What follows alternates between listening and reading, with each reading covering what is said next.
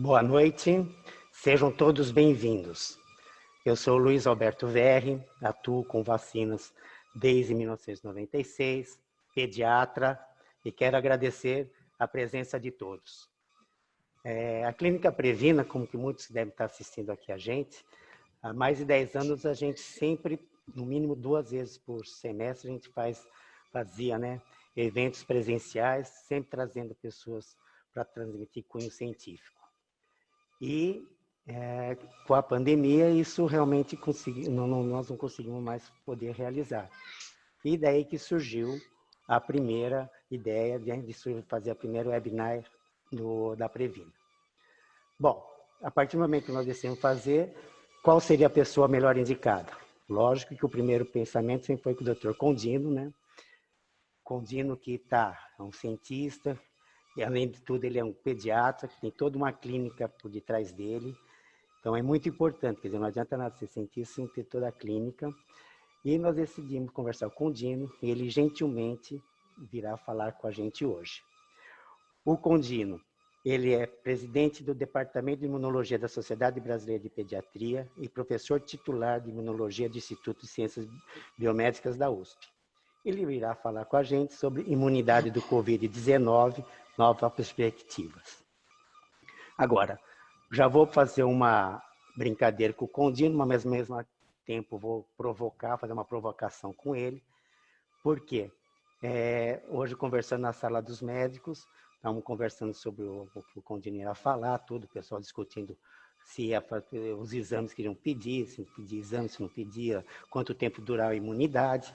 Mas o que eu percebi, no fundo do que o pessoal estava querendo saber, assim, Condino, depois vou refazer novas perguntas. Mas, assim, como vão ser os inícios das aulas? Como que a gente vai ter que programar? E o nosso Natal? Posso já programar com a minha família?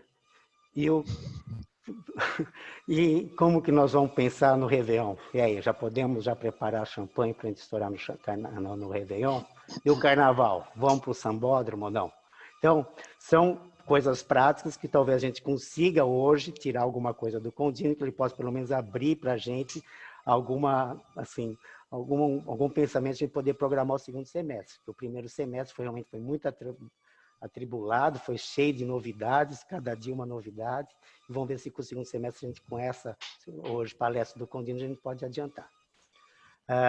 Aqui a Previna, clínica de vacinação. Nós já logo no início, a partir de março, nós já começamos a tomar todos os cuidados para a segurança do cliente, para tomar a vacina com segurança, então com espaço amplo, com distanciamento social, usamos até a nossa garagem toda para pôr as pessoas para ficarem separadas, para não ter nenhum risco de contágio.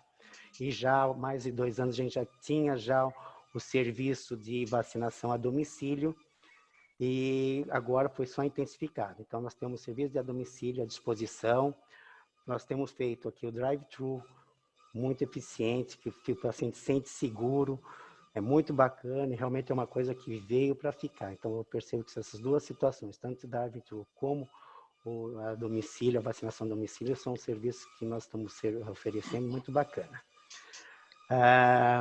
Bom, agora, antes de passar a palavra para o Condino, eu vou dar a palavra ao Dr. Edgar Borges Oliveira Júnior, que ele é um CEO da Imunogênica. E a Imunogênica foi assim, um parceiro importantíssimo para a gente poder viabilizar essa webinar. É uma startup, então muito bacana, eles estão trabalhando com o Covid, aí a nível de diagnóstico. Eu achei que combinou bastante com a ideia nossa de fazer essa webinar. Bem-vindo, Edgar, ele vai ter aí 1 minuto, 2 minutos, só para fazer a apresentação da Imunogênica, e depois a gente já começa com o Condino para falar a palestra dele. Bem-vindo, Edgar. Legal, muito obrigado, Dr. Verri, pelo convite. É uma honra estar aqui com vocês. Boa noite a todos que estão assistindo, né?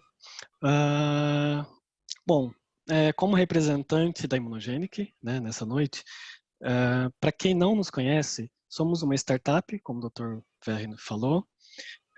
Estamos incubados hoje, atualmente, dentro do CETEC, é um ambiente dentro da USP. E somos também incubados dentro da Eretz Bio, que é comandada ali pelo Hospital Albert Einstein, São Paulo. Tá? E a gente presta o serviço tanto de assessoria médica quanto de diagnóstico com o nosso laboratório próprio, né? E somos totalmente especializados para fazer o diagnóstico de erros inatos da imunidade. Tá? Temos atualmente uma parceria com a Previna, com a Clínica Previna, anfitriã dessa live, oferecendo o nosso principal produto, que é o teste do pezinho para detecção da imunodeficiência combinada grave, né, que a gente chama hoje de SCID, e a gama-globulinemia. Um pouco desse teste, né, lembrando que ele pode ser realizado em bebês de 0 a 1 ano de idade, né. Na região de Campinas, quem quiser fazer o teste pode procurar a Clínica Previna, que a gente tem essa parceria. Além disso, a gente tem outros testes, como o próprio Dr. Ver falou, a gente começou com os testes de COVID, tanto para IgM e IgG, quanto para antígeno também, tá? Que é uma novidade aí que surgiu. E esse de antígeno a gente consegue fazer a detecção em 30 minutos, né, com a coleta de swab. E também, se a pessoa quiser, ela pode fazer também com a sorologia IgG e IgM. São testes rápidos, né, e que a gente está oferecendo agora para tentar ajudar nessa pandemia também. Bom, obrigado novamente, Dr. Verri, pela parceria de sempre, e boa live a todos. Muito obrigado. Agora, vocês podem encaminhando já as perguntas. Depois, no final da palestra do Condino, vamos tentar juntar todas dentro do possível para ele poder responder. A ideia sempre do início era ter só um palestrante para a gente poder ter tempo depois para poder discutir, porque são muitas dúvidas e provavelmente o Condino também não vai conseguir responder todas, e sim ele vai deixar alguns questionamentos para a gente poder pensar, e quem sabe daqui alguns meses, alguma coisa, a gente traga de novo o Condino para ele poder esclarecer essas dúvidas que a gente saiu hoje, tá bom? Então, Condino, boa palestra e vamos escutar o que você tem de trazer hoje para a gente de novidades. Muito obrigado, Verri. É sempre um prazer encontrá-lo. Você é meu colega de turma. E agora, em tempos de pandemia, somente aqui pelo Zoom, a gente não consegue se encontrar por motivos de força maior. Olha, vamos colocar como objetivo dessa apresentação responder as perguntas que você me formulou inicialmente. Como será a volta às aulas? Como será nosso Natal, nosso Réveillon e o Carnaval? Então, eu vou procurar transmitir os elementos assim, suficientes para que as pessoas consigam responder essas perguntas, né, ao final do nosso evento hoje. Então, vamos fazer essa tentativa, é o nosso desafio.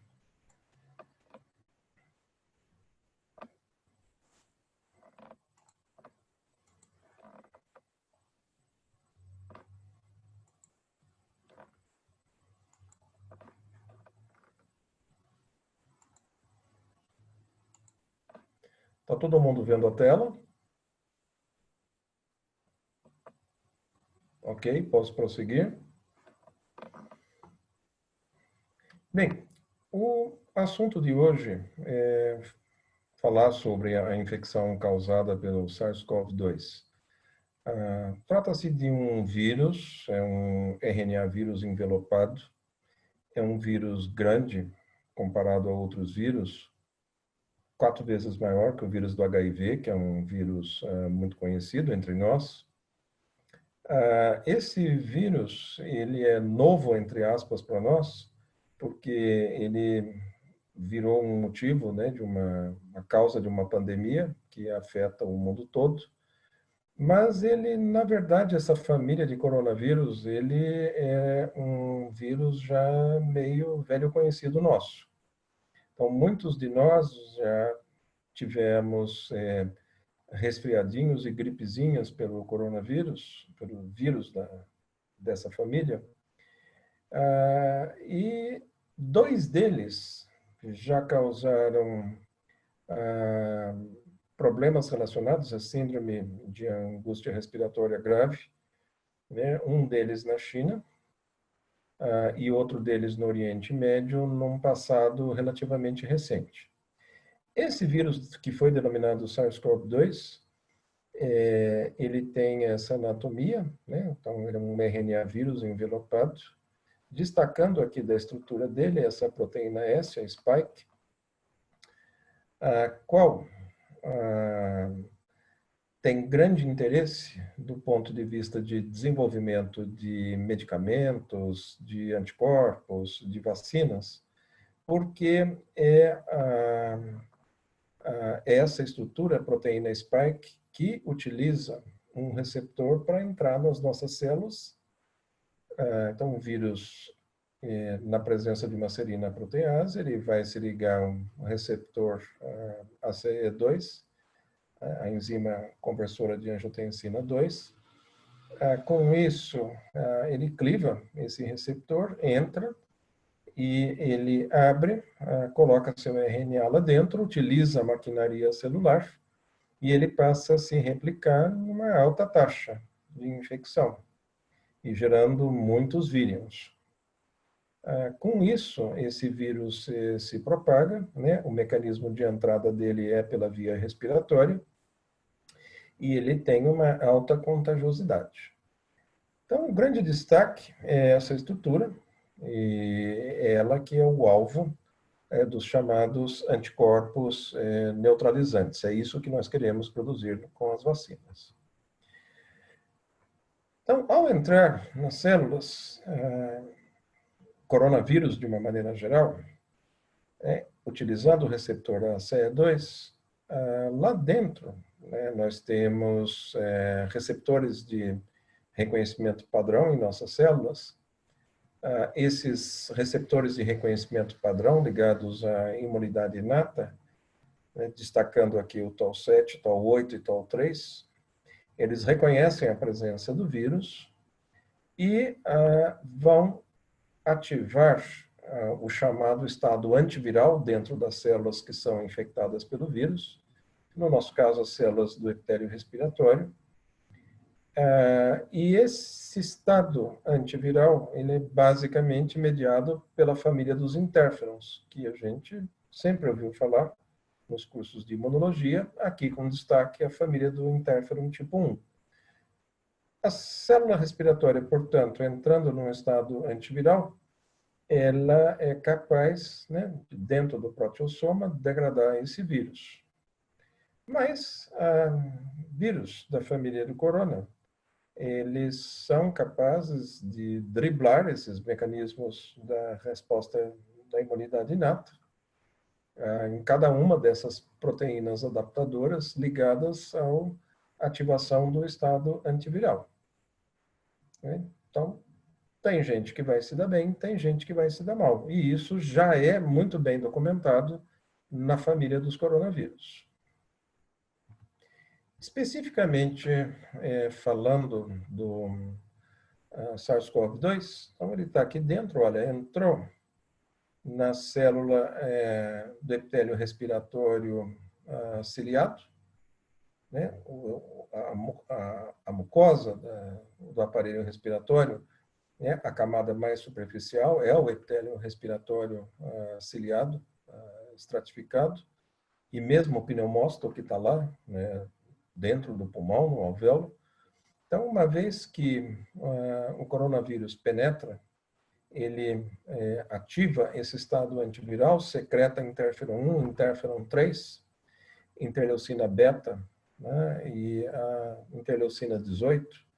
Então, isso é o mecanismo básico de imunidade inata, de ativação viral, e com isso ele consegue recrutar para o tecido respiratório outras células ligadas à imunidade inata, que são as células de origem mielocíticas, né? O nosso bem conhecido monócito macrófago alveolar, e os nossos bem conhecidos neutrófilos, eosinófilos e, até certo ponto, basófilos.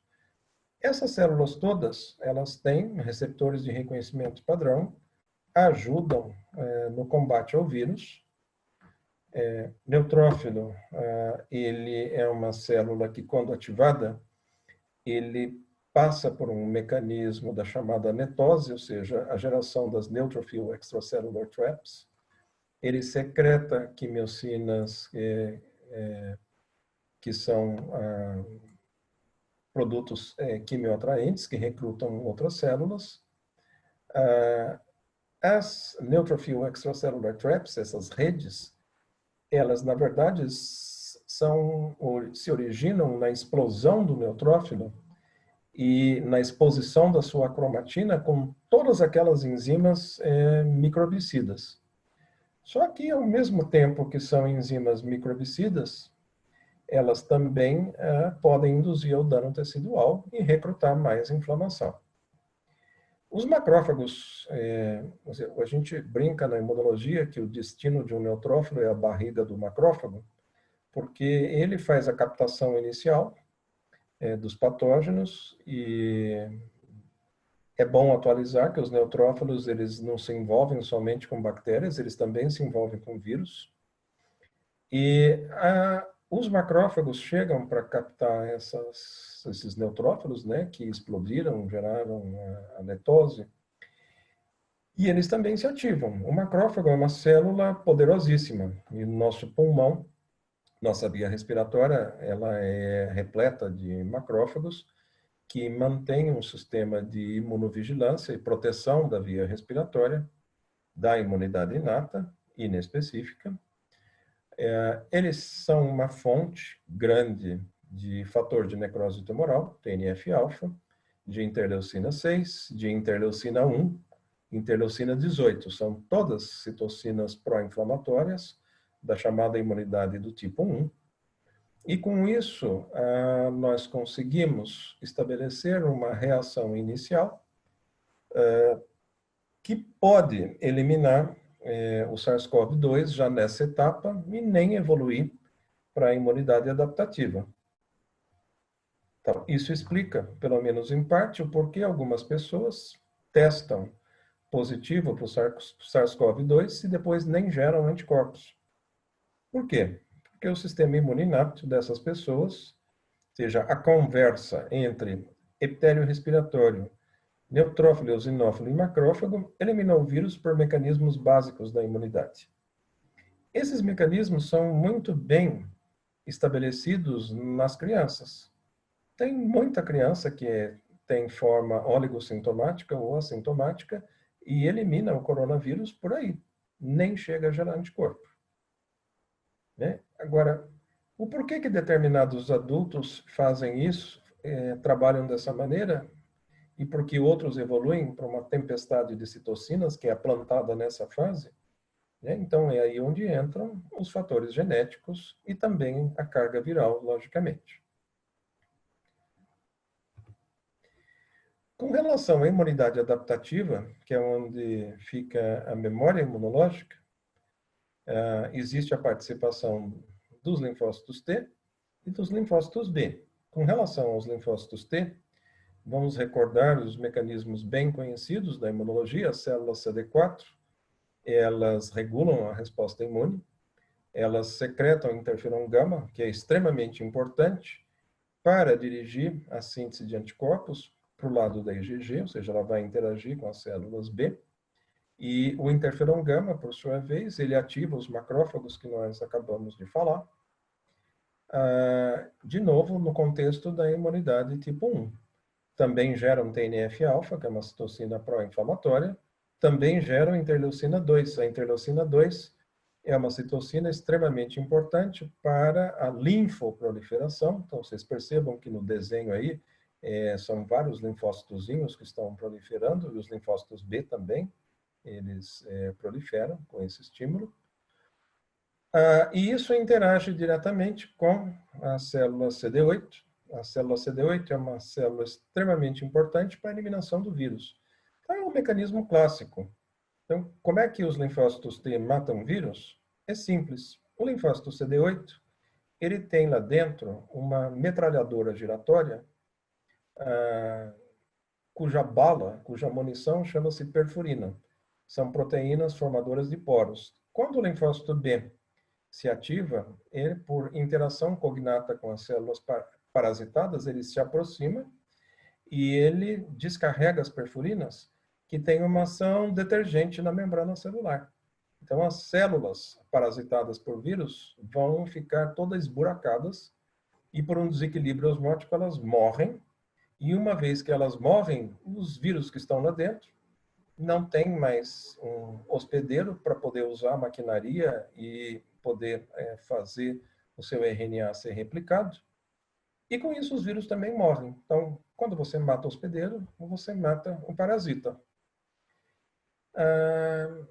Contudo, as células CD8, quando você tem pessoas que se dão bem na infecção, fica aí estabelecido um mecanismo de memória imunológica que cada vez mais vai ganhando importância para o controle desse vírus. Talvez seja essa a nossa verdadeira memória imunológica para resolver e prevenir essa infecção, né, de agora em diante. Mas existem pessoas que, por razões genéticas, elas entram num estado de exaustão celular e esse mecanismo não é assim tão eficiente. Entra no jogo as chamadas células Tregs, que na verdade são células CD4, com um fenótipo específico de secretar interleucina 10. A interleucina 10 é a nossa citocina anti-inflamatória, ou seja, ela entra para modular a intensidade da reação inflamatória. Até existem imunodeficiências em que nós temos deficiência do receptor de interleucina 10 e as pessoas, as crianças, desenvolvem uma doença inflamatória intestinal de manifestação precoce, uma doença de Crohn já no primeiro ano de vida. Então, é quando você tem problemas na via da interleucina 10, que é nossa regulação natural. Então, no caso aqui do coronavírus, é importante que essas células participem, pois elas também vão ajudar no controle da infecção. Então, o que nós temos aqui, tem que haver um balanço, né, na hora de você plantar essa reação inflamatória, por meio da imunidade inata, onde entra as células mielocíticas, os neutrófilos principalmente, e os macrófagos, as células T, né, que vão entrar na jogada, elas são extremamente importantes, particularmente as células CD8, e que isso tenha uma capacidade resolutiva de inflamar, produzir a imunidade, eliminar o vírus, controlar a resposta inflamatória e lesar o mínimo possível o tecido do hospedeiro. Mas tem pessoas que, por aspectos de falta de regulação, vão desenvolver a chamada tempestade de citocinas. Essa tempestade de citocinas, ela se assemelha à chamada síndrome de ativação macrofágica, linfociticose, síndrome hemafagocítica, e uma vez desencadeada, é dificílima de controlar. Os anticorpos. Todos nós hoje estamos desesperadamente atrás dos anticorpos. Todo mundo quer esses anticorpos. Porque tem que ter os anticorpos neutralizadores, que vão neutralizar o vírus, que vão se ligar à proteína S do vírus, para não deixar ele entrar dentro das células, para impedir a ligação deles com o receptor ACE2, ou para neutralizá-los antes disso, e para não ter a infecção. É exatamente esse o raciocínio. Está corretíssimo. Só que por características biológicas dessa família de vírus, esses anticorpos vão durar mais ou menos uns 3 meses. Aí já surge uma grande dúvida com relação às vacinas que nós estamos produzindo. Se tudo for pensado somente em anticorpos, então a gente vai ter que ir na Previna a cada 3 meses para tomar vacina. Quer dizer, o Dr. VR agradece o grande movimento que isso vai trazer para a clínica dele, mas do ponto de vista de saúde pública, não é bem isso que nós queremos. A gente gostaria de ter uma imunidade a mais duradoura possível. Mas lembrando do conceito, é um dogma na imunologia, que a imunidade é duradoura, mas ela não é eterna. Para nada. Particularmente nessa infecção, existe uma característica que os anticorpos IgM e IgG, eles são meio que produzidos simultaneamente. Não tem aquela curva clássica das doenças que nós conhecemos bem, que é primeiro gerar IgM, depois de uma semana gerar IgG. Principalmente nós que temos origem na pediatria e que nós aprendemos durante a nossa residência a pedir a sorologia para o STORCH. Gente pediatra da minha idade sabe o que significa a sigla STORCH, e os mais novos que não sabem, agora é o trote da noite, vocês vão procurar saber o que significa. Então, a gente sempre queria olhar para a presença da IgM para diagnosticar a doença aguda e depois correr atrás da IgG para ver essa doença já estava em fase de resolução ou se era simplesmente uma exposição prévia. No caso do corona, não é bem assim. Você tem perfil de gente que só produz IgM, não produz IgG, tem gente que já vai direto na IgG, IgM aparece meio junto, e tem gente que nem produz anticorpo. Ponto. Então, isso é para deixar um recado claro para a audiência que nós estamos no século XXI, que esse é um vírus diferente e que ele vem para nos ensinar determinadas lições. Aqui, nós não estamos lidando com aquele conceito clássico da infectologia e da imunologia dos anos 50 e 60, que nós temos lá o vírus, daí nós vamos inativar o vírus ou nós vamos atenuar o vírus e com isso produzir uma vacina que vai dar a resposta clássica de IgM e IgG e uma memória duradoura. Como foi para o caso da polio, como foi para o sarampo, para a rubéola, para a cachumba, para a febre amarela. São vacinas que funcionam muito bem, obrigado, produzem imunidade a longo prazo, ou mesmo eternamente. E, no caso do coronavírus, não é bem assim. Então, nós já estamos aprendendo a lição que a memória induzida pelas células T joga um papel importante para o controle e prevenção dessa doença, que vamos produzir anticorpos? Vamos, mas os clinical trials, tem 11 deles que estão caminhando já numa etapa mais avançada e tem mais de 100 que estão iniciando. Nós ainda não sabemos quanto tempo vai durar esses anticorpos. E nem podemos colocar todas as fichas nos anticorpos. É a lição que nós estamos aprendendo. Parênteses. Infecção causada pela influenza, a gripe, a gripona, H1N1, H1N3, enfim, tem vários vírus aí. Veja que todo ano devido à alta taxa de mutação desse vírus, nós temos que repetir a vacina da gripe. Tem campanha, a Organização Mundial da Saúde, os produtores de vacina vão fazer um levantamento sobre a circulação do vírus, atualizam a vacina e nós temos que tomar a vacina todo ano. Como é que vai ser com o corona? Ainda não sei. Nós vamos ter que aprender essa lição. E um outro parênteses, citando um vírus que tem uma alta taxa de mutação, que é o vírus do HIV, e que, por azar, ataca justo a célula T, após 40 anos de pesquisa, nós temos medicamentos antivirais que são muito bons, mas a gente, infelizmente, não tem uma vacina. Então, eu coloco isso bem claramente para que as pessoas abram a mente e comecem a pensar fora da caixinha. O controle dessa pandemia, né, a produção de medicamentos, de vacinas, sem dúvida, ela se vale de conhecimentos clássicos que nós já temos, mas nós temos muita pesquisa e muito conhecimento novo para ser gerado para resolver esse problema. E, aliás, é um desafio grande que vai trazer novas tecnologias que, oxalá, nós possamos controlar futuras crises, né, de uma maneira mais eficiente, ou mesmo achar soluções para doenças, né, que ainda nós não temos tratamento nem vacina. Outras.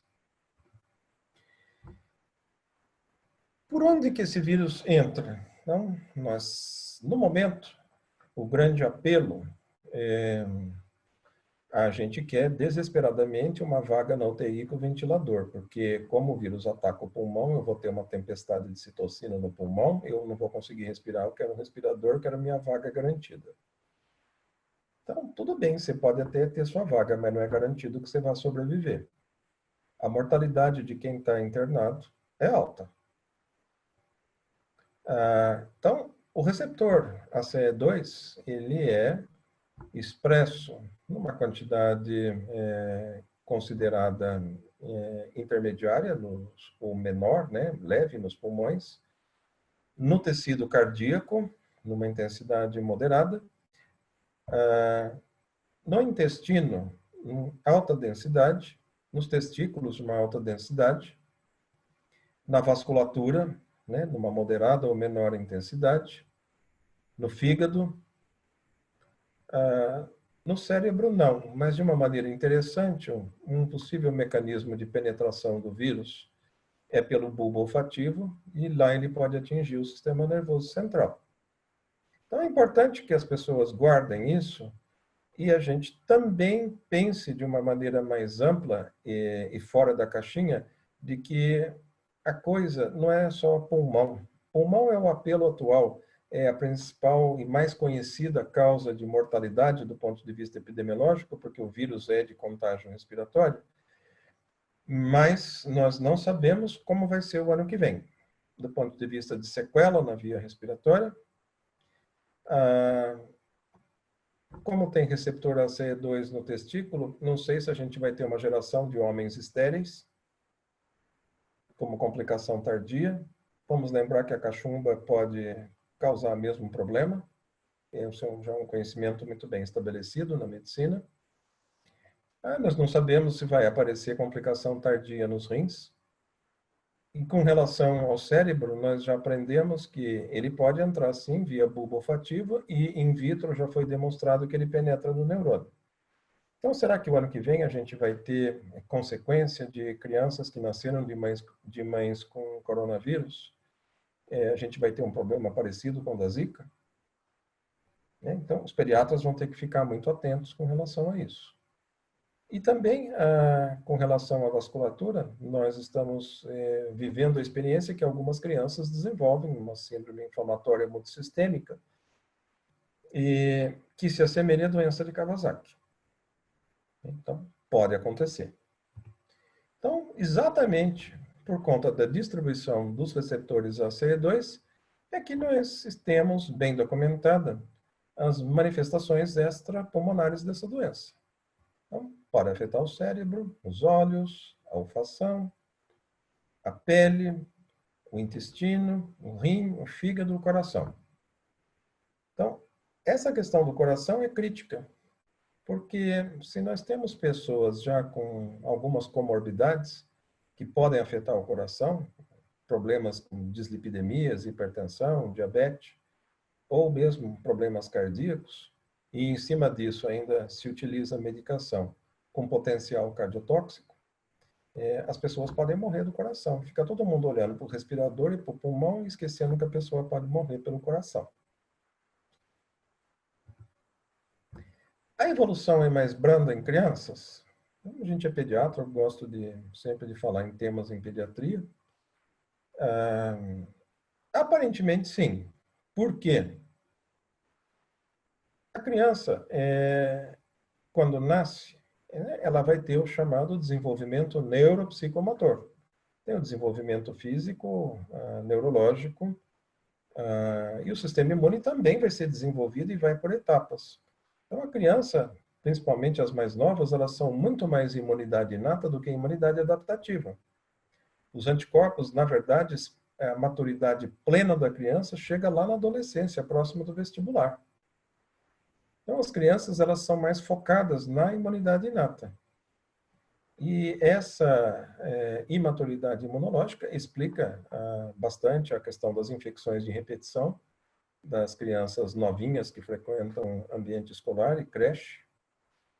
E veja que, de maneira interessante, esse ano, todas as crianças que nós atendemos, a gente pergunta para as mães, como é que está? E tá, esse ano está uma paz, doutor, porque esse ano elas não estão tendo infecção. Não estão indo na escola, não estão se expondo, então elas não têm infecção. E dentro de uma família, né, às vezes aparecem os adultos com história de Covid e as crianças têm uma apresentação clínica mais branda. Lembrando que, então, o sistema imune tem uma dinâmica diferente. As crianças são expostas ao atletismo das vacinas, elas vão tomando vacinas e isso mantém um tônus imunológico mais interessante. As crianças não fumam, não bebem, né? A princípio elas não têm as sequelas dos síndromes metabólicas. Claro que a gente tem muita obesidade infantil, mas não se compara as repercussões disso numa criança com relação ao adulto já em idade mais avançada. Então, a integridade física das crianças, sem dúvida, joga um papel importante nesta observação clínico-epidemiológica. E o sistema imune delas também responde de uma maneira diferente. Então, só para deixar a audiência bastante incomodada, recentemente os italianos publicaram uma série de casos de pacientes com imunodeficiências primárias e mostraram uma evolução bastante difícil daqueles que têm imunodeficiência comum variável, ou seja, é uma forma de imunodeficiência combinada de células T e B. E alguns casos que eles conseguiram colecionar ali, de pacientes com agama-globulinemia. Agama-globulinemia significa que a pessoa nasce sem linfócitos B. Não tem linfócitos B, produz 0 de anticorpos. E com uma evolução que foi bem mais tranquila do que muitos casos de pessoas assim consideradas normais. Então, isso é uma coisa que intriga os imunologistas e abre a cabeça para um outro horizonte, né, uma outra maneira de encarar essa doença viral. Então, pessoas que não têm células B e nem produzem anticorpos conseguiram se livrar desse vírus. Se livraram como? Com resposta inata e com resposta imunicelular, com células T.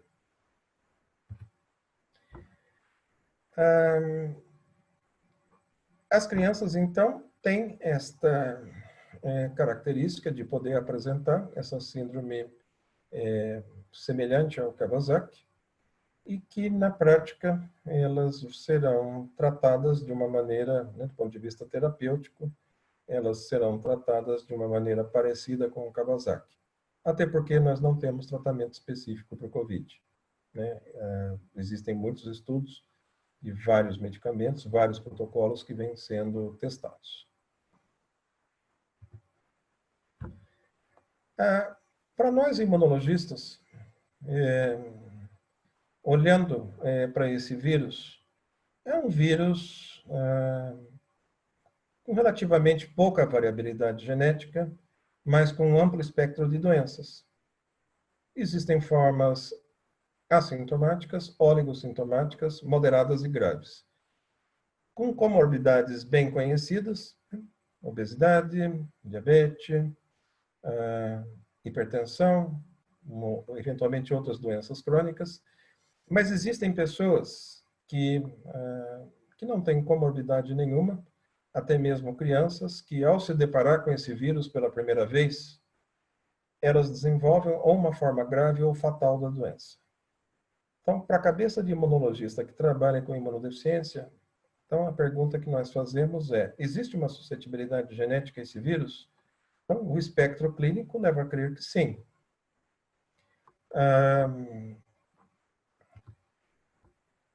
Existe um fator de resistência a esse vírus? Leva a crer que sim. Então, exatamente esse painel, essa ilustração, passa para nós, que trabalhamos com imunodeficiências primárias, a gente gosta de provocar, falar, isso aqui é uma imunodeficiência primária. As pessoas que desenvolvem a forma fatal para esse vírus, elas são marcadas geneticamente. Baseado no quê? Olha, baseado em conhecimentos recentes, vocês sabiam que tem crianças que estavam bem até ontem e quando elas se deparam com herpes simplex tipo 1, elas podem desenvolver uma encefalite fatal? Então, basta elas terem mutações no receptor TOL3, no receptor no IRF3, que é ligado à resposta de interferon, mais essa listinha de genes aí. Sabe o rinovírus que a gente olha para ele e acha tão inocente? Tem criança com mutação, né, no IFH1 que pode desenvolver uma forma de pneumonia grave. O vírus da influenza, né, na gripe que nós conhecemos, olha, mutações no IRF7, IRF9 e TOL3 podem desenvolver uma forma muito grave de influenza, pneumonia viral e morrer. O vírus da mononucleose, que nós conhecemos muito bem, o Epstein-Barr, tem gente que, ao se deparar com Epstein-Barr, pode desenvolver uma síndrome hemofagocítica, linfoproliferativa e até uma hipogama-globulinemia. Então, basta ter mutação no CD70, CD27, né, no SHAP. O vírus do zoster, né, você pode ter uma doença disseminada, fatal. Herpes vírus 8 pode induzir sarcoma de Kaposi. Citomegalovírus, né, se você tem uma mutação no NOS2, você pode ter uma doença disseminada. Hepatite A fulminante é uma doença geneticamente determinada. Mas existem fatores de resistência, né? Tem gente que é naturalmente resistente ao HIV. Basta ter uma mutação de perda de função no CCR5. Então, estou colocando isso para vocês, que isso já é um conhecimento muito bem estabelecido, está tudo publicado. Pode não ser muito divulgado, porque como a imunologia é uma ciência mais recente, e às vezes as pessoas não gostam muito de estudar esse assunto, porque acham difícil, mas ela é fascinante. Então, está aqui mapeado. Olha, eu não falei de bactéria, mas tuberculose como nós conhecemos, existem formas, né? 11 genes de suscetibilidade. Então, tem 11 possibilidades da tuberculose ser uma doença genética. E aí existe a tuberculose comum. Então, no caso do corona, vai mais ou menos aí no mesmo... A hipótese, no caso, é que vai mais ou menos pelo mesmo caminho. Tem formas que são ligadas a comorbidades conhecidas, né? Tem as formas que vão estar evoluindo por aí, mas nós estimamos que 10 a 20% dos casos têm uma base genética. O projeto chama-se, é esse aqui que eu vou mostrar para vocês. É o COVID Human Genetic Effort. Então, é um consórcio internacional de imunologistas que buscam, por meio do estudo genético, os fatores de suscetibilidade a esse vírus. Então, nós pretendemos sequenciar milhares de pessoas para buscar essas mutações. Então, é um comitê, né, de pessoas da Europa, do Oriente Médio, a África. Eu estou aqui representando o Brasil. Tem o José Luiz, que é o nosso colega na Colômbia, a Sara, que é a nossa colega do México. Então, gente da Ásia, da Europa Central, Estados Unidos. A Carolina Prando, que é uma ex-aluna minha, é uma pediatra que hoje ela trabalha no Hospital Pequeno Príncipe, fez residência aqui em Campinas. Então, nós somos um comitê relativamente grandinho. Nós nos dividimos em hubs de sequenciamento. Então, vejam que no mundo inteiro existem laboratórios sequenciando, não o vírus, sequenciando o genoma das pessoas, tá? Nós não estamos sequenciando o vírus aqui, não. Nós estamos sequenciando o genoma das pessoas. Então, aqui no Brasil temos o Hospital Pequeno Príncipe, nós lá no Instituto de Ciências Biomédicas. E vejam que está bem representado aí no mundo inteiro. Os centros participantes são muitos, em todos os continentes. E vejam que tem uma lista extensa. Então, as pessoas que estiverem interessadas em participar desse consórcio podem nos contatar e ajudar na coleta de material para ser examinado. Então, nossa missão é estudar os fatores de suscetibilidade genética. Ok, deixa-me voltar para a apresentação. Como um primeiro sinal, né, que confirma a nossa hipótese, Esse grupo de pesquisadores, muitos deles da França, publicaram na segunda-feira um paper na Science mostrando que a imunidade com base no interferon-1 ela é defeituosa em pacientes com a resposta com a forma grave de COVID. Então, tem esse paper e tem mais um que eu vi que estão mostrando isso claramente, ou seja, se você quer uma resposta boa para resolver o problema dessa infecção, ela tem que ser com base no interferon tipo 1. Nós temos 2 estudos que estão em revisão e que vão nessa direção. Nós já sabemos o primeiro lote de mutações, já conhecemos quais são as mutações, quais são os genes, eu não posso revelar agora, porque o trabalho está em revisão, e nós já sabemos o porquê que a imunidade tipo interferon 1 ela está defeituosa. Nós já identificamos o mecanismo. Também não posso revelar hoje, tem que esperar o trabalho ser publicado. Sabendo disso, é um mecanismo extremamente curioso e já dá para elaborar hipóteses de como enfrentar isso logo mais. Por falar em enfrentamento, nós temos falar um pouco sobre o tratamento. Existem drogas antivirais, dessas, dos trials que estão em andamento. Aparentemente, o Remdesivir está sendo a droga antiviral com resultados mais promissores. Existem medicamentos, como a hidroxicloroquina, que é alvo de calorosos debates. De todos os estudos feitos até agora, ela não provou ter um efeito benéfico, mas existem ainda trials em andamento, testando justamente a hipótese de que ela possa ajudar na etapa inicial da doença, mas deixando claro que isso ainda não está publicado.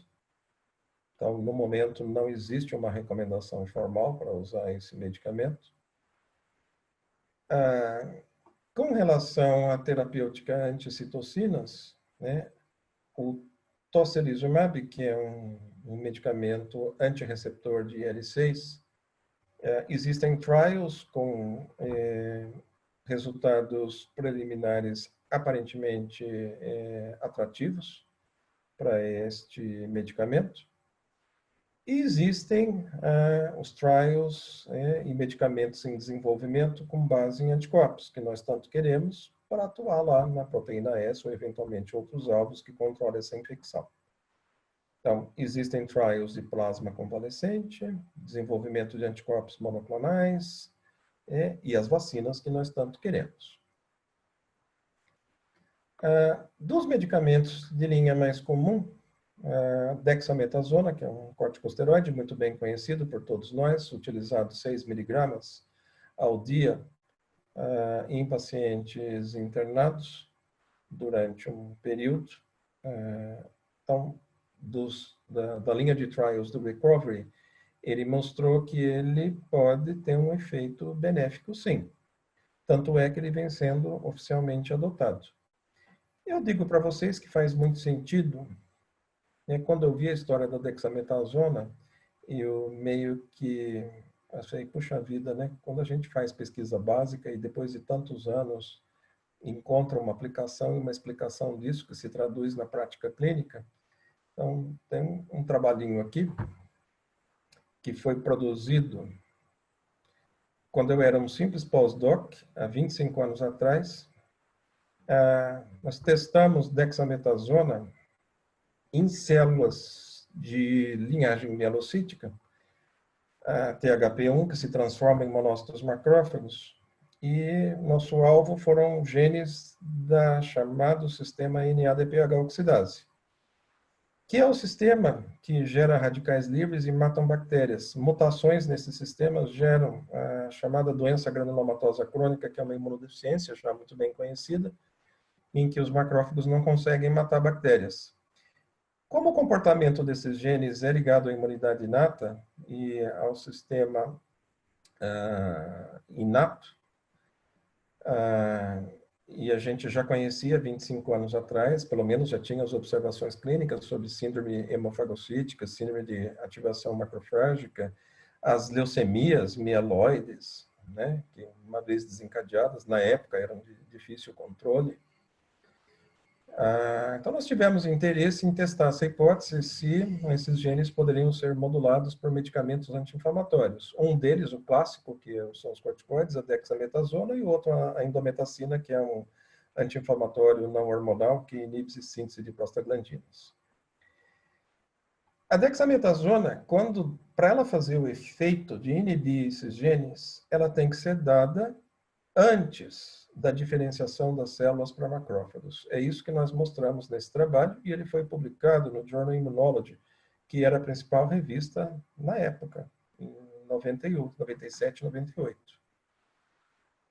Se nós diferenciarmos essas células, ativá-las, e elas virarem macrófagos ativos, e dar o corticoide depois, tchau, não adianta mais. Então, a ativação de célula mielocítica, macrófago, neutrófilo, ela funciona igual a decolagem de um jumbo. Na hora que você tocha as turbinas e ele levanta o bico e vai decolar, você não freia mais. Acabou e pronto, ele vai decolar. Então, os macrófagos são isso, eles são um jumbo. Quando eles estão na pista para decolar, ou você dá o corticoide ali antes que ele se ative, ou não adianta mais, ele vai ativar e vai comer. O que aparecer na frente, ele vai comer. Então, é isso que nós demonstramos. Então, não fomos só nós que publicamos um trabalho dessa linha, outros genes foram estudados, outros autores foram estudados, mas quando eu vi esse resultado do trial, eu comecei a rir à toa. Eu falei, veja bem, isso demonstra a importância da pesquisa básica. Então, um conhecimento simples, como esse que foi gerado há mais de 20 anos atrás, é uma boa explicação para a clínica do uso do dexametasona hoje no tratamento do COVID. Ela vai ajudar, em parte, não é uma panaceia, não é a solução para todos os problemas. Por quê? Porque no tecido inflamado, você tem ali macrófagos que já estão plenamente ativados, já estão comendo tudo que eles veem pela frente, e você tem macrófagos que ainda estão lá na medula, nossos estão lá na medula óssea e ainda vão fazer o trajeto até chegar no tecido, e você tem ali monócitos e macrófagos alveolares que ainda vão se ativar no pulmão. Então, quando você dá dexametasona para alguém, na verdade, você está atuando numa parte do processo inflamatório. E tem outro mecanismo que a dexametasona faz, logicamente, que é atuar sobre os linfócitos. Aí sim, os linfócitos, os genes ligados à resposta linfóide, a dexametasona pega em qualquer estágio de desenvolvimento.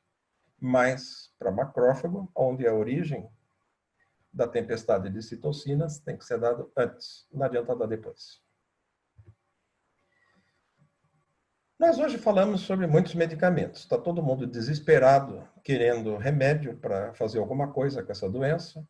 Então, existe uma discussão calorosa sobre ivermectina e nitoxanida. Tem trabalhos aí que testaram um efeito in vitro, lá na Universidade de Monash, na Austrália. No ICB, os colegas ali, o Edson Dorigon, o Lúcio Freitas Júnior, eles abriram um painel de estudo para essas drogas, estão testando 65 medicamentos, e fazendo um teste mais rigoroso, nem a ivermectina, nem a nitoxamida passaram no teste que foi montado. É um teste bastante robusto. O efeito antiviral in vitro que elas têm não é seletivo e eles acabam matando a própria célula. Então, não passaram nesse teste, eles publicaram esses resultados agora, esse final de semana, está lá na plataforma BioRisic,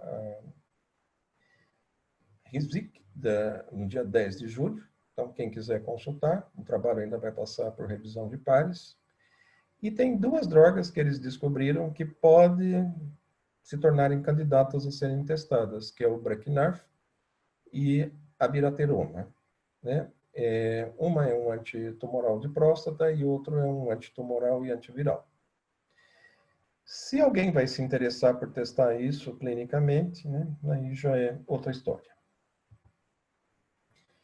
Com relação a anticorpos, então isso sim é sério e tem estudos clínicos em andamento, tem trials, faz muito sentido pensar em anticorpos policlonais ou monoclonais que neutralizem a proteína S e, eventualmente, outras proteínas do vírus.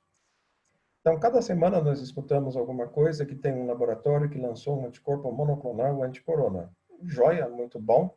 Até porque muitos desses monoclonais, eles são resgate de clones de linfócitos B que já foram selecionados devido à manipulação de outros coronavírus e que proporcionam, em parte, uma reação cruzada com o atual SARS-CoV-2. Então, eles teriam um efeito neutralizante. Então, existe sim, é uma linha de pesquisa muito séria. Eu espero que dê certo, que esses produtos entrem no mercado. E é uma maneira, né, de você dar esse medicamento para pessoas que estão muito graves ou, eventualmente, para grupos de alto risco. E, sem dúvida, eu vou precisar desses medicamentos para resgatar meus pacientes com imunodeficiência. Vocês já pensaram nisso, que essas pessoas não vão produzir anticorpos? Será que todos vão ter a mesma sorte que esses pacientes italianos? Então, não sei. Né? São perguntas que a gente ainda não tem resposta. Plasma convalescente. Aqui no Brasil tem um estudo em andamento e tem outros no mundo. Alguns com resultados favoráveis, outros nem tanto. Então, ainda precisa dos estudos continuarem caminhando. Vacinas. Esse é um tema, né, que não quer calar. Todo mundo quer a vacina, eu também. Eu vou ser o primeiro da fila a tomar vacina. Quando tiver uma, né, que seja liberada, né, pela Anvisa, que tenha passado pelos estudos de fase 1, 2, 3, e que realmente induza anticorpos neutralizantes, eu vou ser o primeiro da fila. Agora, não sei como será o efeito a longo prazo, quanto tempo vão durar esses anticorpos, não sei se vai ter efeito adverso, não sei se vai ter anticorpos aceleradores para dar um efeito paradoxal ruim, como foi o caso das vacinas da dengue. Não sei qual vai ser a faixa de idade, como é que vai ser com relação às crianças, porque geralmente tudo que é medicamento começa com o adulto para depois ir para as crianças. Então, aqui nós temos uma emergência sanitária. Existem 3, aqui no Brasil a gente está no alvo basicamente aí para 2, 3 vacinas, e que são de origem diferente. Daqui a pouco a gente vai falar um pouquinho delas e eu espero que dê tudo muito certo. Portanto, dessas vacinas candidatas, existem trials que estão em fase mais adiantada e outros que estão em estudos pré-clínicos. Vários países que estão estão envolvidos no desenvolvimento das vacinas. Então, existe um primeiro grupo, que são as vacinas de base genética. Elas utilizam genes do SARS-CoV para induzir uma resposta imunológica nas pessoas. Aí vocês vão me perguntar, mas assim, qual que é a vantagem disso com relação a usar o próprio vírus? Como é que fica o custo? Então, a primeira resposta que eu vou dar para vocês é assim: vocês já imaginaram se a gente tiver que produzir vacina de vírus inativado ou de vírus atenuado? Nós já sabemos que a infecção natural produz anticorpos de efeito temporário. Agora eu pergunto para vocês, qual teria que ser o tamanho do laboratório de biossegurança de nível 3 para manipular esse vírus? Qual a garantia que a gente teria que não ia ter um acidente de escapar esse vírus do laboratório? Olha quanta controvérsia nós enfrentamos hoje. Todo mundo comenta, esse vírus ele é uma obra da natureza ou ele é uma obra de bioterrorismo, ele veio de um acidente de um laboratório que tinha lá na China, alguém fez isso de propósito ou foi só um acidente? Nós não sabemos. E nesse momento também não importa. O que importa é que a gente tenha alguma coisa para fazer de efetiva para controlar essa pandemia. Então, não me parece ser uma abordagem das mais seguras você ter laboratórios gigantescos num país para ficar manipulando esse vírus para poder atenuar ou neutralizar e produzir uma vacina. A gente está sujeito a ter acidentes. E isso é muito sério. Então, uma das vacinas fortes candidatas é essa do Laboratório Moderna, americano. Existem outras vacinas, essa que é a parceria da AstraZeneca com a Universidade de Oxford, que também é uma vacina que está para vir para o Brasil. Ela utiliza, no caso, os genes do coronavírus utilizam um esqueleto, um backbone de outro vírus. Aqui o teste mostrando que se utiliza um adenovírus do chimpanzé e ele, na verdade, vai ser aí o vetor para trazer os genes do coronavírus e provocar uma resposta imunológica eficaz em quem recebe essa vacina. É uma vacina bastante promissora. Existem vacinas com base nas proteínas, no caso a proteína S. Então, você quer expressar essa proteína e provocar uma resposta anticorpíca diretamente a proteína. As vacinas dos vírus integrais estão sendo produzidas também, mas é o que eu coloco. Assim, não estou nem pensando no custo, eu estou pensando na biossegurança. É problemático. Como é que são esses estudos clínicos? Então, existem os estudos laboratoriais, os estudos de segurança de fase 1, de segurança e dose de fase 2 e eficácia e segurança na fase 3. Então, existem estudos que já estão em fase 3 dessas vacinas. A seguir, eles entram já na fase 4, que é a etapa de comercialização.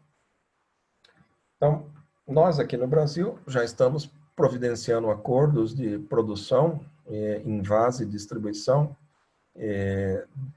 de algumas dessas vacinas, meio que comprando a produção e ainda elas estão em fase de estudo clínico. Tomara que a compra seja válida e que essas vacinas realmente funcionem. Espero que sim, vamos ser otimistas. Normalmente, os estudos clínicos, eles vão ter todas essas fases, né, para teste de eficácia e segurança, mas num controle emergencial sanitário como o nosso, a coisa vai meio que caminhando paralelamente para você poder encurtar esses prazos. Nós temos uma urgência, que é controlar essa pandemia. Então, enquanto ela vai passando por essas etapas iniciais, de testes de eficácia e segurança, ao mesmo tempo ela já vai sendo produzida, ou seja, nós apostamos que vai dar certo. E realmente estamos numa grande torcida que dê tudo certo. Existem algumas perguntas, né, para serem respondidas. Qual o correlato de proteção em relação à infecção por SARS-CoV? Qual a idade ideal de vacinação? A resposta em grupos mais vulneráveis, qual a duração da proteção e necessidade dos reforços, qual a capacidade de produção mundial. Nós vamos ter um problema, né, igual nós observamos na vacina da dengue, que são os anticorpos aceleradores. Né? São respostas que nós vamos ter no futuro. E tem aquela pergunta que o VR fez, como é que vai ser o nosso Natal, o nosso Réveillon, o nosso Carnaval. Eu acho que vocês já estão sabendo a resposta para essa pergunta. Então, existem muitas lacunas no conhecimento sobre o SARS-CoV-2, seus mecanismos imunopatológicos, a suscetibilidade genética, resistência natural ou imunidade adquirida, assim como estratégias terapêuticas. O nosso consórcio já identificou problemas na via do interferon tipo 1, e nós já sabemos um grupo de genes que está afetado, e nós já sabemos qual é o mecanismo envolvido. Com isso, em breve será possível propor medicamentos específicos que atuem nessa via e que tragam resultados mais satisfatórios. Eu gostaria de agradecer a atenção de todos até esse momento E devolvo a palavra para o Verri.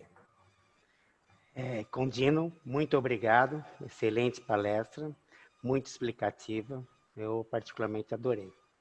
E talvez vou sair daqui com mais dúvidas ainda, hein? Pelo que você realmente Era vamos esse ver o o que vai. objetivo, deixar o povo com dúvida.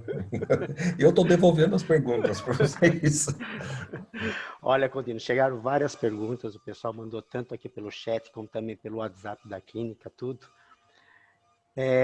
Bom, vamos ver o que nós falamos. Doutora Aldair Albano, eu acho que você até já falou hoje aí que você, na hora que você fez a explanação, mas assim, levando-se em conta o produto, estabilidade, eficácia e segurança, e meios, inovação, produção e custo, quais as vantagens e desvantagens da vacina contra o Covid-19 com tecnologia RNA? Daí, a grande vantagem é que nós não vamos ficar precisando ficar manipulando vírus em laboratório de nível de segurança 3, segurança biológica máxima, com medo de produzir bioterrorismo. Então, isso é um primeiro ponto. Só que no Brasil a gente vai ter que encontrar 200 milhões de doses. Então, você imagina quantas bilhões de doses nós vamos ter que produzir dessa vacina ou de outras vacinas. E realmente dessa vez não dá para a gente seguir aquele protocolo da década de 60 que nós vamos ficar neutralizando o vírus para produzir vacina. Então, nós estamos no século XXI, a biotecnologia está aí, existem maneiras eficazes de produzir vacinas que tenham efeito imunogênico. Então, pode ser produzido por material genético, pode ser produzido por proteína, e existe uma grande vantagem que é a padronização do método. Então, uma vez que você padroniza, você clona essas moléculas e ela tem um padrão bem conhecido. Não existe aquela variabilidade grande que tem em vacinas antigas de vírus inativado, em que você oscila, tem cepas. Por exemplo, eu vou dar exemplo de vacinas antigas. A vacina da febre amarela é um clássico. Existem lotes de vacina de febre amarela que produzem muitos efeitos adversos.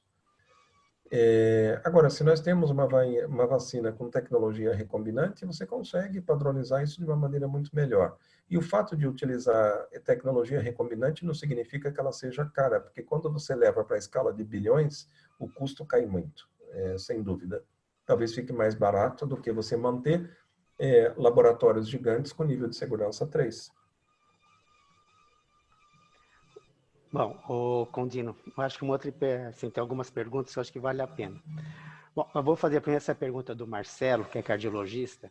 Acho que foi por isso que ele até fez essa pergunta. Então, a endócrino, desculpa, a esposa dele que é cardiologista. Marcelo, associação entre a insuficiência da vitamina D e gravidade da Covid-19 poderia ser um marcador indireto de uma suscetibilidade genética? Não consigo responder essa pergunta, Marcelo. Assim, a gente que é da área de imunologia, a gente olha para a resposta imune, para as nossas moléculazinhas. Eu não consigo pensar em vitamina nesse caso. Ele também fez uma pergunta, eu vou juntar já com outra pergunta que está aqui comigo, em relação ao corticoide. Ele falou, o corticoide precoce poderia aumentar o risco de infecção? Não. Aqui também tem, assim, perguntaram aqui se a dexametasona não deveria ser dada na primeira fase de multiplicação viral. Então, qual o momento ideal para usar o corticoide? Em cima dessa pergunta, assim, também tem uma outra que foi feita, quais medicamentos usar no início da doença? Então, acho que poderiam juntar essas três, o do corticoide, qual o melhor momento e o que tem para ser feito no início. O corticoide faz muito sentido, né? Você vai dar para aquelas pessoas que elas já demonstram uma atividade inflamatória mais acentuada, existem marcadores para isso, existe exame radiológico, existe estadio clínico, ou seja, quando você vê que está sendo plantada uma tempestade de citocinas, lá bem no começo, você vai usar um corticoide em dose moderada, não em dose imunossupressora, para modular a atividade inflamatória.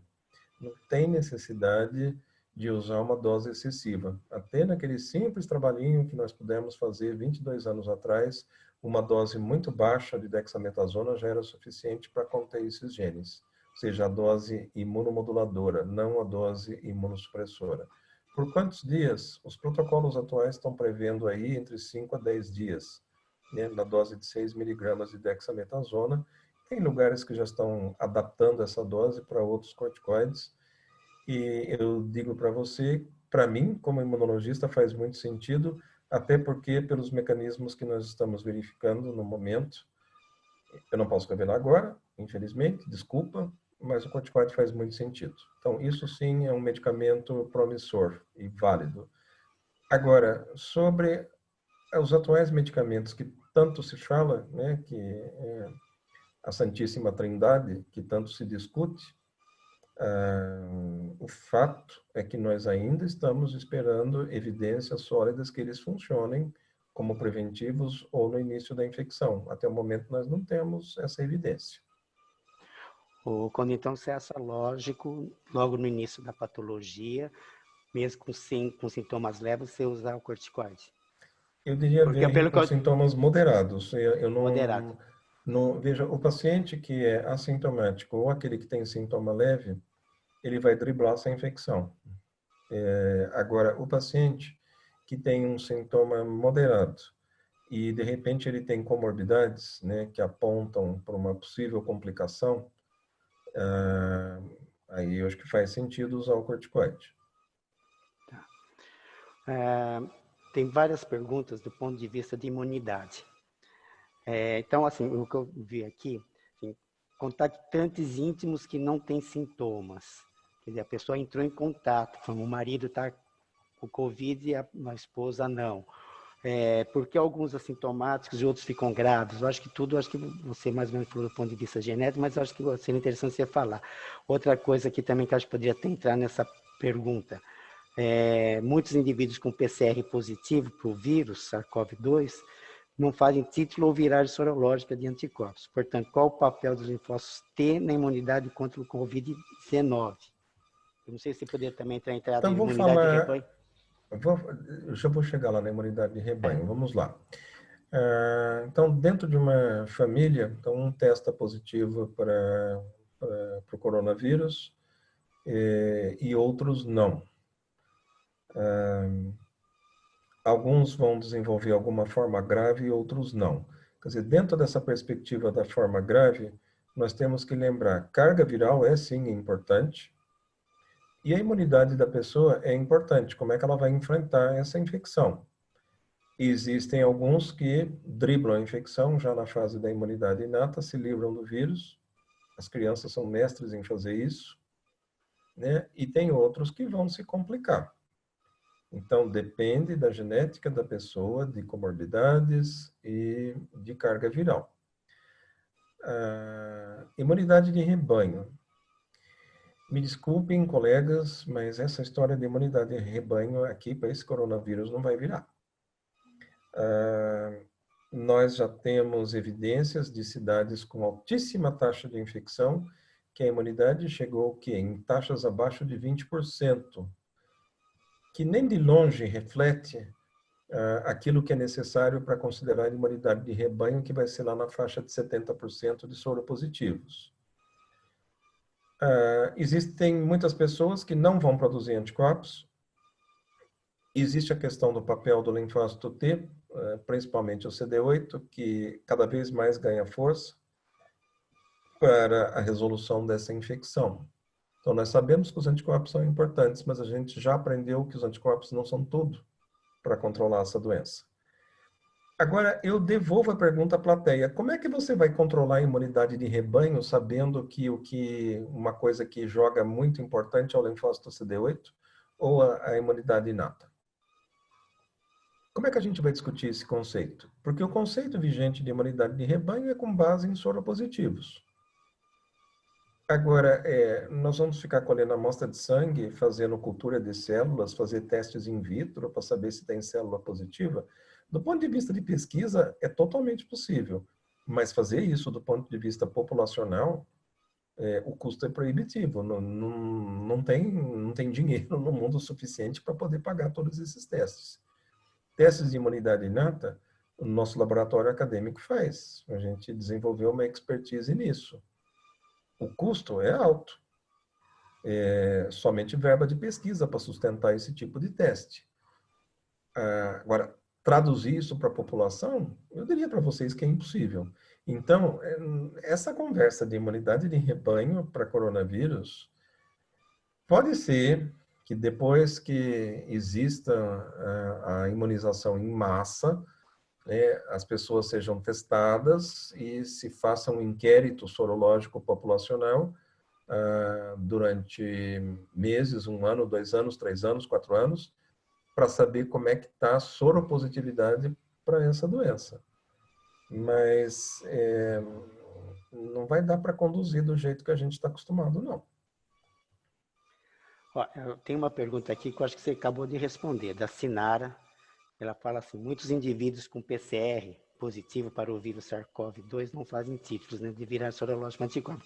Então, portanto, qual o papel dos linfócitos T na imunidade contra o Covid-19? Então, foi essa que você deu já a resposta, que isso aí é muito caro, realmente não é compatível. O que você pensa da volta às aulas, Condino? Que isso é uma questão que as mães têm perguntado bastante na clínica, no dia a dia. E para setembro, um exemplo. É uma loucura, uma total irresponsabilidade. Discordo peremptoriamente. Se eu tivesse filho, eu não mandaria para a escola, de forma alguma. Curto e grosso, simples assim. Escola só depois que tiver todo mundo vacinado. Mesmo as crianças sendo que com menos tendo problema com a patologia? As crianças têm um perfil clínico, um prognóstico que se mostra melhor que o dos adultos. Então, a gente vai mandar nossos filhos para a escola para eles voltarem com coronavírus para casa para matar o pai e a mãe, o avô e a avó. Então, essa aí continua sendo a ideia do início, né? Quando até o ministro Mandetta comentou sobre isso, né? Lá no início, quer dizer, politizando a coisa, que a escola era o local realmente que ia matar os idosos. Não dá, até porque, VR, tem uma outra característica extremamente interessante com relação às crianças. Tem criança que desenvolvem os sintomas, que são sintomas parecidos com os sintomas da gripe, às vezes diarreia, é muito frequente em criança, e que uma vez que elas sejam consideradas clinicamente recuperadas, ou seja, passou o sintoma, elas continuam eliminando o vírus pelas fezes por mais 2, 3 semanas. Você imaginou o que é isso dentro do ambiente domiciliar? Uma criança eliminando o vírus pelas fezes? Isso também não é nenhuma novidade. Olha, nós sabemos da vacina polio, por exemplo, que foi uma vacina maravilhosa, contribuiu para exterminar a polio no mundo, mas algumas crianças que têm deficiências imunológicas, elas continuam secretando o vírus da polio por um prazo muito longo. Então, para quem tem imunodeficiência, a vacina do vírus da polio pode trazer efeitos adversos. O corona vai mais ou menos por aí. Hoje nós temos uma vacina oral, né, para vírus, para prevenção da diarreia, que é o rotavírus, a vacina do rotavírus, que inclusive é dada precocemente. Mas se a criança nasce com uma imunodeficiência primária, essa vacina pode dar enterocolite necrotizante. Então, por isso que nós, imunologistas, e nós que estamos dentro da Sociedade Brasileira de Pediatria, temos o firme propósito que o teste do pezinho deva ser ampliado, não só para as doenças metabólicas, como também para as doenças imunológicas, e que as crianças tenham o duplo benefício de fazer um teste nas primeiras horas de vida e que você já vai ter informação se ela tem uma imunodeficiência grave, para você poder vacinar com segurança o que vem pela frente. É o rotavírus, a BCG, o sarampo, cachumba, rubéola, a febre amarela, que são vacinas de patógenos atenuados. Então, a discussão não é... Tem gente que polarizou essa questão com a BCG e não é um caminho correto de discutir esse tópico. Veja, teste do pezinho é algo previsto em lei, é obrigatório por lei. E a vacina também, no Brasil, é obrigatório por lei. Ainda bem, para que as pessoas tenham uma atitude responsável de fazer um screening neonatal de doenças e fazer a imunização correta das crianças. Agora, a gente tem que mudar paradigmas e atualizar a mentalidade. Se nós temos um teste que hoje existe para detectar imunodeficiência grave, que esse teste seja feito, seja de amplo acesso, e para que depois se possa ter uma política de vacinação segura para todas as vacinas, não é para só uma ou duas. E as pessoas, hoje em dia, nas maternidades, tem uma disputa para ver quem gasta dinheiro com flor, com fotógrafo, com filme, com lembrancinha, com docinho, não sei o quê. Olha, o melhor presente que uma criança pode receber ao nascimento é um teste completo de triagem neonatal. Então, mas só que o teste completo de neonatal, o que eu vejo é que os próprios médicos não têm conhecimento, e vejo também que o que eu tenho tido aqui dificuldade é que a maioria faz na maternidade e demora um mês para vir o resultado, e a mãe fica louca para fazer a BCG. E vai no centro de saúde, normalmente o que acontece, o pessoal faz a BCG, mesmo sabendo que colheu o exame. Então, realmente, eu acho que está faltando a nível de informação para a população e principalmente para os médicos. É uma função nossa essa, né? É o nosso papel de trazer esse conhecimento, divulgar isso. Eu adoro falar sobre triagem neonatal e estou à disposição para discutir esse tema. Felizmente vem avançando bastante. Esse teste ele foi reconhecido pela Associação Médica Brasileira, ele já existe na tabela CBHPM e ele já foi defendido na reunião de atualização do rol da ANS. Então, estando tudo certo, vai ser atualizado, ele entra. E o próximo passo é o CONITEC, Ministério da Saúde. Vamos lá com todo mundo. Tem até um projeto de lei, VR, que está sendo submetido para a Assembleia Legislativa aqui do Estado de São Paulo, para obrigar as maternidades a falarem que existe o teste ampliado para todos os pais. E eles decidirem se querem fazer e pagar por ele ou não. Em Brasília, o Distrito Federal já, por lei aprovada, já ampliou o teste para tudo isso. Então, é um avanço para a sociedade brasileira. Ô, Condino, são inúmeras as perguntas. Deixa eu fazer algumas aqui. Eu vou fazer essa daqui que eu achei interessante, porque tem saído muito na mídia.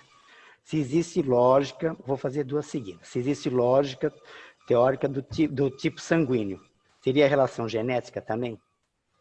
Esse trabalho, ele saiu publicado no New England Journal of Medicine, por estudos genéticos amplos que foram feitos. O que está lá é que sugere que o sangue A positivo seja mais suscetível e o O mais resistente.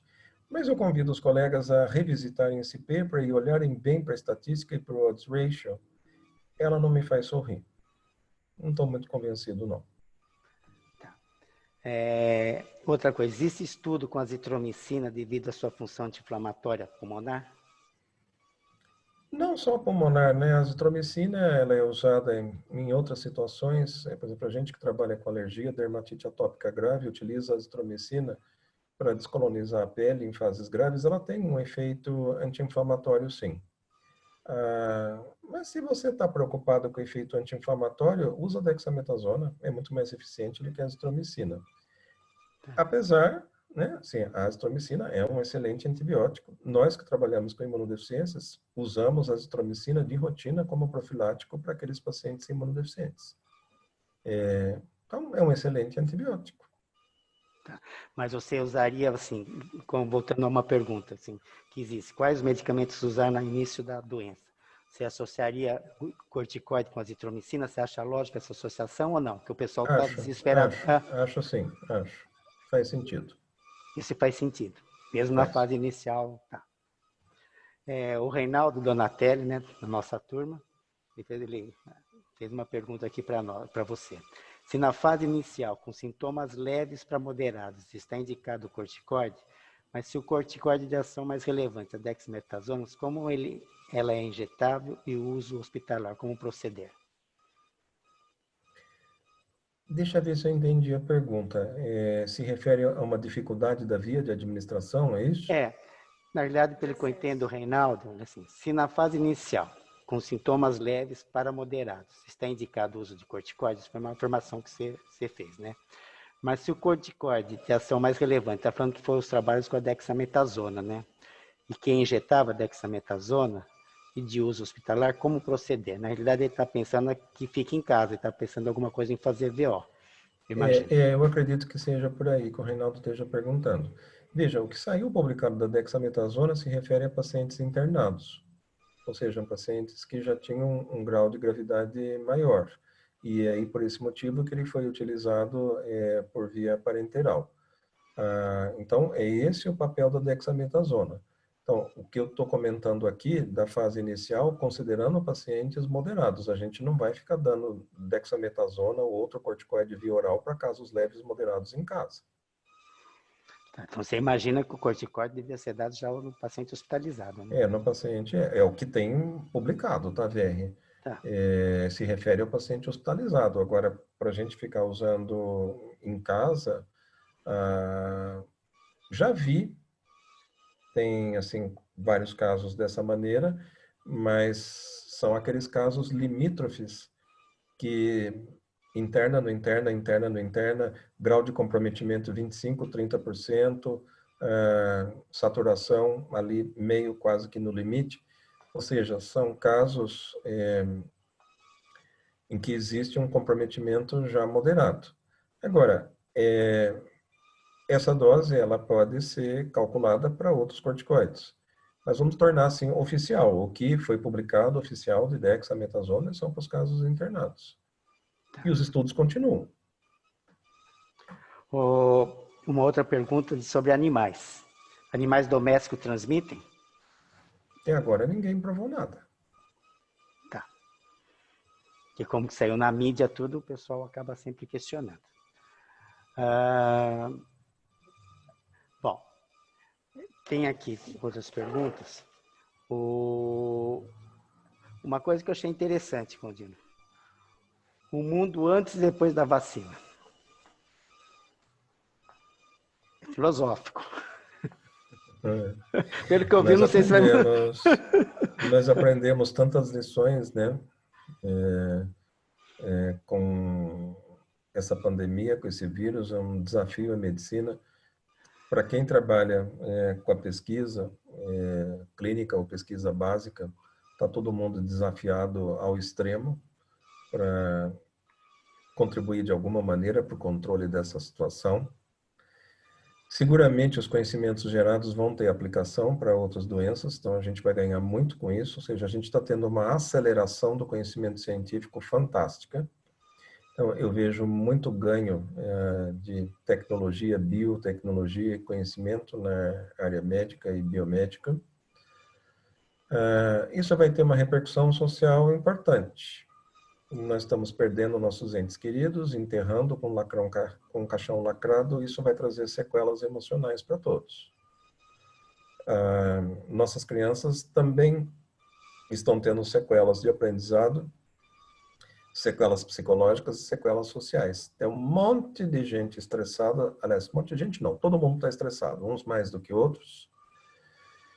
Como é que vai ser depois da vacina? Primeiro que a gente vai dar uma festa de arromba, né? Então, tendo anticorpo neutralizador bonitinho lá, a gente cobra a sorologia da pessoa, agora você pode entrar na festa. A gente vai dar uma festa de arromba, vai ser muito boa. Mas tem que ser rápido essa festa, em 3 meses, não podemos demorar muito. Exatamente. Com relação às forças de trabalho, muita gente vai continuar fazendo home office pelo menos alguns dias da semana. Tem um lado bom, que você não precisa se deslocar, tem um lado ruim, que o trabalho invade seu espaço particular, você não desliga. Então, eu estou aqui trabalhando, estou trabalhando todo dia à noite agora. É cansativo, é um prazer, mas ao mesmo tempo é cansativo.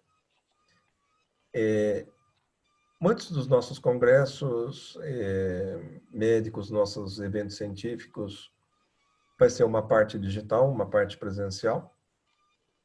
Muitas das nossas reuniões vão acabar sendo digitais.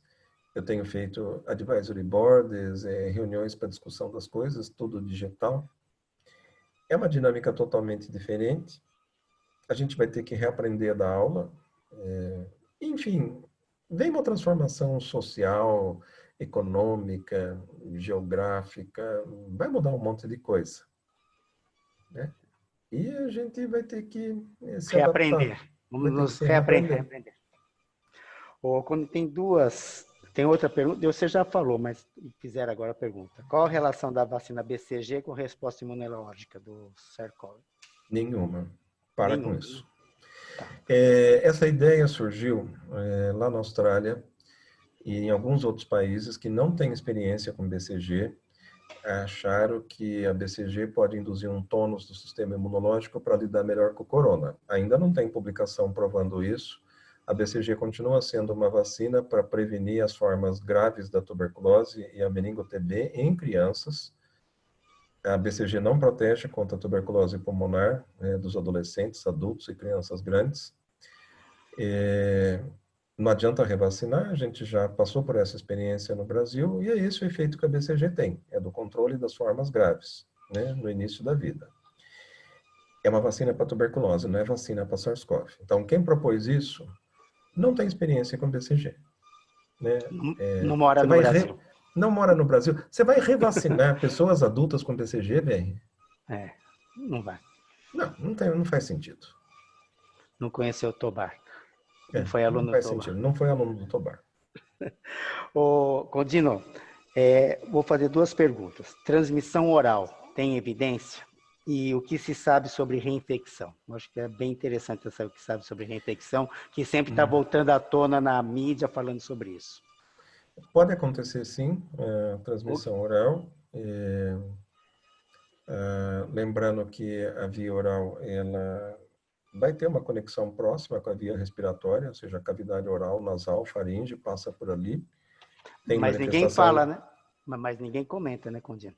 Ninguém comenta. Porque sempre o nosso estresse aqui é relacionado à insuficiência respiratória. Mas tem a diarreia, né? Causada pelo coronavírus.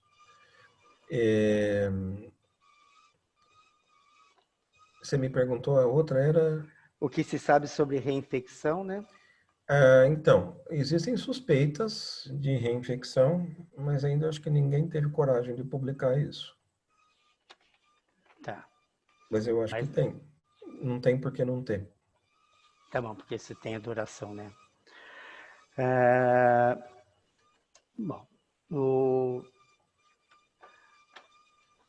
Explique melhor sobre um do casal testar positivo e outro negativo, mesmo sem isolamento. A pessoa perguntou. Você já perguntou que é a parte genética, né? Eu estou imaginando que seja o teste do PCR e o teste sorológico. Vamos comentar os dois cenários. O teste PCR, ele tem um percentual... Por sinal, deixa eu te fazer já uma pergunta que apareceu aqui na minha frente. Quanto tempo depois da exposição o PCR fica positivo? Então, o PCR, ele é um teste adequado para a etapa inicial da infecção, os primeiros 7, 10 dias. O vírus, ele vai estar se replicando na via respiratória e você vai detectar ele por PCR. Né? Depois desse tempo, o vírus já penetrou e já invadiu o organismo, o que você vai procurar são anticorpos, se a pessoa for capaz de gerar esses anticorpos. Agora, existe uma margem de erro no teste do PCR, que pode ser até de 20%. Então, ele pode dar um falso negativo e a pessoa ter os sintomas. Então, pode ser um erro do teste, inerente do teste. Se for com relação aos anticorpos, também existe uma margem de erro nos testes sorológicos, principalmente se eles forem indicados ali nessa transição dos 7, 10 dias. Ideal é que eles sejam feitos depois de 14 dias do início dos sintomas, para você detectar os anticorpos maduros. E também tem uma margem de erro. Além dessa margem de erro, existe a questão genética. Bom, então, na minha opinião, quer dizer, se eu entendi direito. Então, se no casal um teste positivo ou negativo, você pode ter desde o erro do exame, né, do casal, e depois também tem a diferença genética. Então, você pode explicar pelos dois caminhos, quer dizer, você pode ter erro dos dois lados, né? E os testes diagnósticos, eles continuam sendo desenvolvidos, né? Existem, ao mesmo tempo, a gente que é médico fica falando dos trials de vacinas, de medicamentos, etc., mas existem também muitos trials de testes laboratoriais para diagnóstico dessa doença. A doutora Paola está perguntando como se sabe sobre hoje o SARS-CoV-2 com protetor seria IgG e por quanto tempo? Quer dizer, na realidade, o que eu imagino é que é o seguinte, vocês têm falado que é 3 meses, mas não é só porque nós estamos muito pouco tempo da doença, ou realmente já tem trabalho dizendo que só 3 meses que é IgG? Essa observação é com base nas pessoas que já tiveram a doença e foram testadas positivas. Depois de 3 meses, os anticorpos têm uma queda importante, a semelhança de outras infecções por outros coronavírus. Com relação às vacinas, nós ainda estamos em estudo. Espero que dure bastante, que seja diferente. Então, mas em relação ao IgG, você fala? Em Isso. relação... Tá. Então, na realidade, sistema protetor, você ainda como fala dos 3 meses de IgG. Fora isso, a gente não pode falar que dura mais tempo, né? Exato. Tá bom. Pelo que eu estou entendendo aqui, em relação à doença no retorno, o que esperar? É isso? O fator trombogênico no COVID, questão dos anticoagulantes, paciente assintomático tem alta capacidade de contaminação? Deixa eu responder uma pergunta que eu vi aqui, VR. Eu vou responder essa, mas deixa eu responder essa, que o Dr. Aldano perguntou sobre viremia materna e transmissão vertical. Isso. Essa semana saiu um artigo comprovando a transmissão transplacentária. Então, colegas pediatras, fiquem alerta. Esse vírus, ele pode afetar vários órgãos e sistemas, ele pode ir para o sistema nervoso central. Tomara que a gente não tenha aí um Zika-like para o ano que vem. Então, foi comprovado sim essa semana a transmissão vertical. DR, volta com a sua pergunta, por favor. Fator trombogênico no COVID, questão dos anticoagulantes. Depois tem também paciente assintomático, tem alta capacidade de contaminação? Anticoagulantes são válidos sim, porque isso é uma constatação fisiopatológica, já está confirmada em muitos estudos, e nos pacientes mais graves, e também esses medicamentos têm uma eficácia comprovada. Tem até um estudo no momento, um fator 12, que é usado para tratar angioedema hereditário, devido ao potencial ativação da via da bradicinina e indução de coagulação. Então, assim, sem dúvida, são medicamentos que estão mostrando uma grande ajuda para o controle dos casos. Tá. Bom, essa pergunta acho que eu até já fiz da Sinara, que muitos indivíduos com PCR positivo para vírus SARS-CoV-2 não fazem títulos ou virar sorológica de anticorpos. Daí, portanto, qual o papel do linfócito T na imunidade contra o Covid-19? O linfócito T tem um papel importantíssimo. Por que não viram os anticorpos? Questão de genética, a questão do sistema imuninato dá conta sozinho disso, e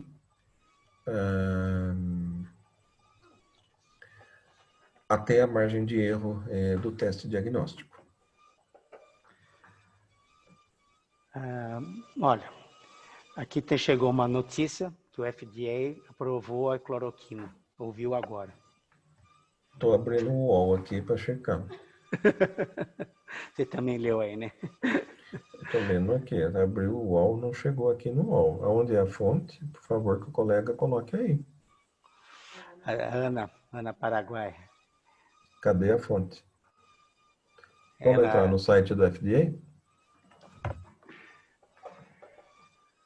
Eu tô...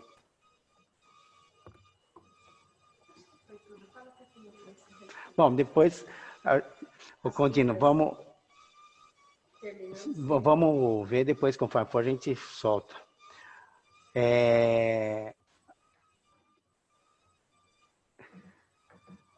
Tem aqui paciente assintomático, tem alta capacidade de contaminação?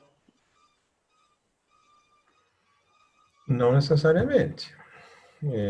Tem pacientes que são assintomáticos, que sem dúvida transmitem, E agora tem aqueles que têm uma alta capacidade de resolução. Eles dão conta do vírus, eliminam e acabou.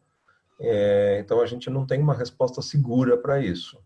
Tem os assintomáticos que têm uma alta taxa de transmissão do vírus, isso já foi documentado, e tem aqueles assintomáticos que não transmitem o vírus. Agora, a gente não sabe como é que se ele deu conta do vírus, ou se realmente foi erro diagnóstico, como é que foi o negócio. Então, isso é uma coisa que ainda vai ser determinada. Tenho aqui também, o Assinar está perguntando, Condino, por gentileza, quando investigar pacientes jovens e rígidos que evoluíram mal na doença? Aqui tem respondendo a pergunta do FDA, já tem 2, 3, 4, 5 notícias dizendo que é fake news. Tá. Fake news, então tá bom. Qual que era a nova pergunta, VR? Calma, Condino, não fica nervoso. Condino, por gentileza, quando investigar pacientes jovens e rígidos que evoluíram mal a doença? Olha, a nova perspectiva que vem, né, desses pacientes que se deram mal com a doença é que eles tenham mutações ligadas à via do interferon 1. Então, esses pacientes, eles vão merecer uma investigação específica, sim. Dá para se fazer o estudo genético, depois dá para se fazer uma prova, um teste laboratorial. E sabe qual é a importância disso, VR? É porque eles também vão estar suscetíveis a se dar mal com outros vírus. O próprio vírus da influenza, o H1N1, esse é o mesmo perfil de paciente. Inclusive, aqueles pacientes que a gente... Olha só, aqui para os colegas pediatras, tá? Se a gente tem crianças aqui que a gente já documentou que se deram mal com o influenza, o H1N1, tiveram que ser internados, tiveram uma pneumonia viral, ou mesmo outros vírus respiratórios e desenvolveram uma bronquiolite muito grave, esses são os pacientes de risco para também se darem mal com o coronavírus. Então, o conhecimento vai evoluir na medida de disponibilizar testes genéticos para isso, para se saber previamente. No futuro, isso vai ter uma implicação, lógico, se a vacina resolver o problema, ótimo. Se não, utilizar medicamentos específicos para o corona, veja, nós já não temos um medicamento específico hoje para tratar vírus sincicial respiratório? Temos, graças a Deus. Com isso, a gente consegue prevenir infecções graves de crianças muito pequenas pelo sincicial respiratório, que é um vírus extremamente agressivo para a via respiratória. Então, a maneira que eu acho que isso vai evoluir no futuro, nós vamos conseguir saber previamente se uma criança é muito suscetível para o influenza e para o coronavírus, e dependendo da situação, tem esses produtos que estão sendo desenvolvidos para usar preventivamente, igual nós usamos um antissoro sincicial respiratório. Eu acho que vai evoluir para esse sentido. Isso é interessante porque no hospital, na enfermaria, a gente provavelmente vai ver os casos que não evoluem mal. Então é interessante encaminhar para o imunologista para fazer a investigação. Tá? Acho que isso é interessante. O Flávio, você está conseguindo ler as perguntas aí ou não, Condino? Na medida sim, porque eu tenho que ficar olhando para muita coisa, bem. Tá bom, então vamos lá. Então o Flávio está fazendo, parece bem interessante. A transmissão durante a gestação pode acontecer, pois tive um recém-nascido que foi internado e trouxe resultado de Covid positivo. Pais assintomáticos, com 8 dias, os pais trouxeram para a puericultura em aleitamento. Foi para casa e retornaram após 1 mês e 10 dias. Ficaram de me trazer o relatório. Relatório da alta da UTI, NEL, de onde nasceu. Eu mesmo estou aguardando. Quero uma orientação como acompanhar e até atrás da vigilância, eu estou. Obrigado por que vocês entendam a questão. Então, deixa eu ler aqui. Essa pergunta eu estou conseguindo ler no chat. Então, transmissão durante a gestação pode acontecer, pois eu tive um recém-nascido que foi internado e trouxe o resultado de Covid positivo. Ok. Os pais estavam assintomáticos, com 8 dias, trouxeram para a pericultura, retornaram após 1 mês, ficaram de me trazer o relatório do UTI onde nasceu a criança. Olha, é uma situação bastante desafiadora. Especificamente para o colega aqui, o Dr. Flávio Araújo, Então, se você tem um teste que foi positivo para o corona, eu acho que seria interessante você repetir esse teste agora, nessa fase, procurar fazer também o exame sorológico, lembrando que deveria fazer pelo menos da mãe o teste sorológico. Por quê? Porque a mãe transmite IgG pela placenta. Então, se você detectar anticorpos IgG positivos nesse recém-nascido, pode ser simplesmente transmissão de anticorpo materno-fetal. Então, seria interessante você fazer um teste que inclua a IgM ou mesmo a IgA. Por quê? Porque a IgM e a IgA, elas pertencem ao recém-nascido. Então, se você tiver anticorpos IgA e IgM positivos anticorona, de fato, demonstra a infecção da criança. E eu te convido para fazer o teste do pezinho da imunidade desse bebê, para você ter certeza que você não está com um imunodeficiente na mão e deixando passar uma infecção potencialmente grave. O teste da imunidade do bebê pode ser feito durante todo o primeiro ano de vida. Então, se por um acaso ele não fez, agora ao nascimento, você tem todo o tempo do mundo para providenciar esse teste e ter segurança que essa criança é imunocompetente e ela vai dar conta do recado. Bom, continua, acho que estamos indo para o final.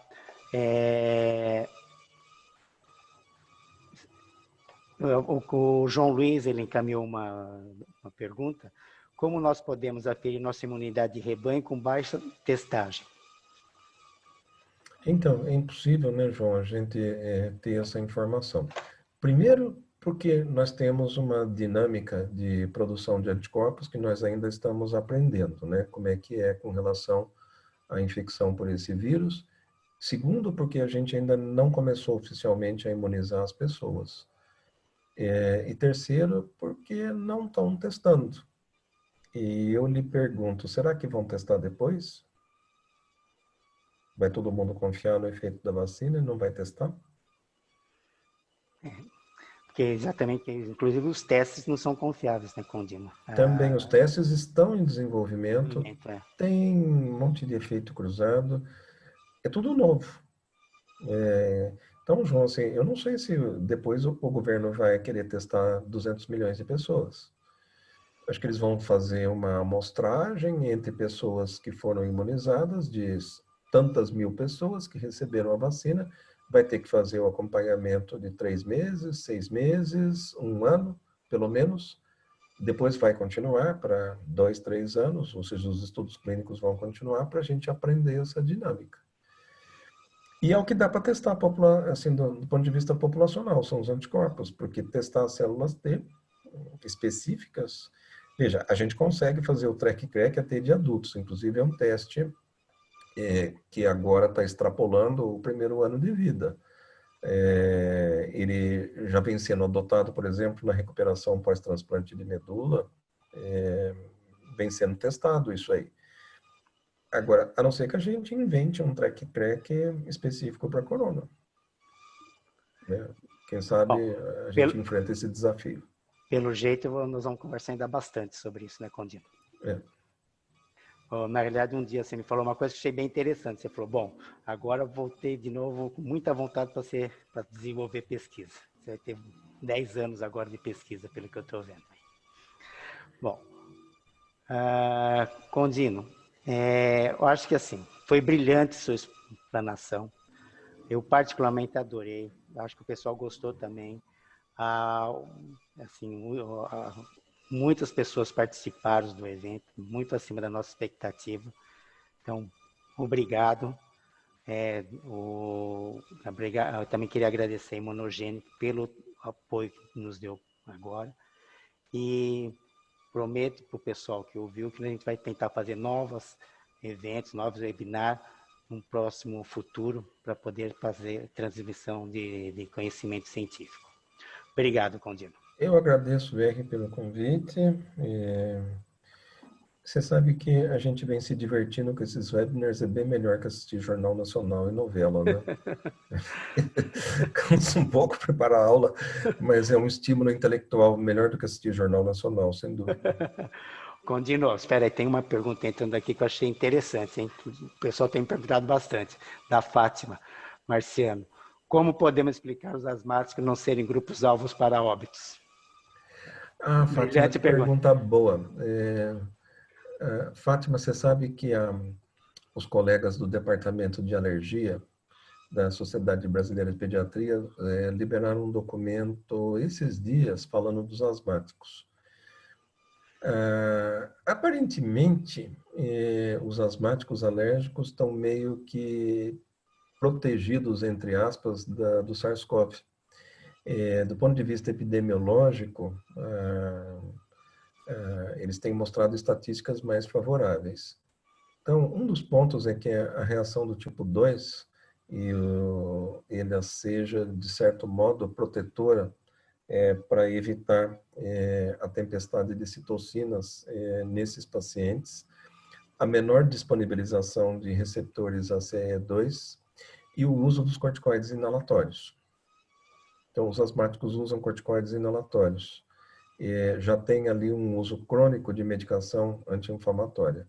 Então, voltando ao assunto da dexametasona dos corticoides, só para eu deixar bem claro aqui o posicionamento e o statement. Então, o que nós temos de concreto, aquilo que o nosso colega Reinaldo Donatelli perguntou, a apresentação dos 6 miligramas, a forma injetável, quer dizer, o que foi mostrado no trial do Recovery é com pacientes internados. Agora, olhando para o mecanismo da doença, para o mecanismo dos corticoides e tudo que está envolvido, faz sentido o uso na fase precoce. Agora, isso tem que ainda ser testado formalmente nos trials.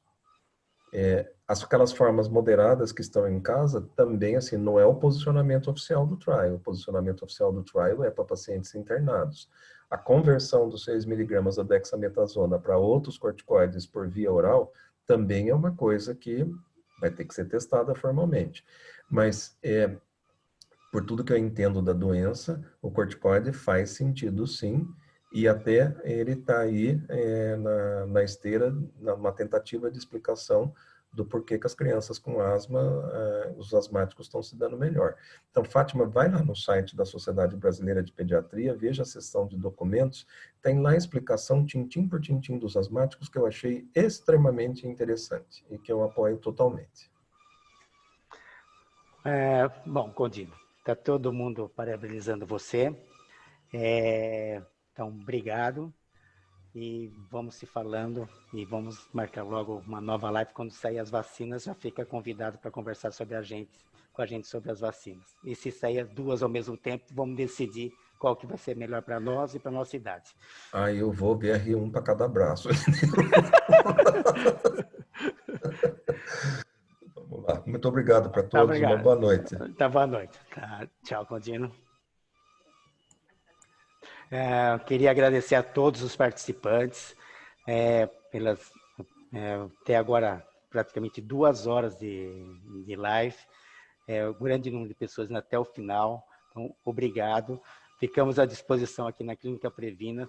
A ideia é que foi gravado esse evento, nós vamos disponibilizar, ainda não sei por qual vai ser se vai ser por Facebook ou por algumas mídias digitais, mas qualquer coisa, vocês entrem em contato com o e-mail da clínica ou com Clínica Previna no site, tá? Ou com a Juliana aqui do consultório, da clínica, que é enfermeira, e nós vamos disponibilizar para vocês essa aula. Uma excelente aula. Obrigado, Condino, e muito obrigado por todos terem acompanhado a aula do Condino. Tchau para vocês, boa noite.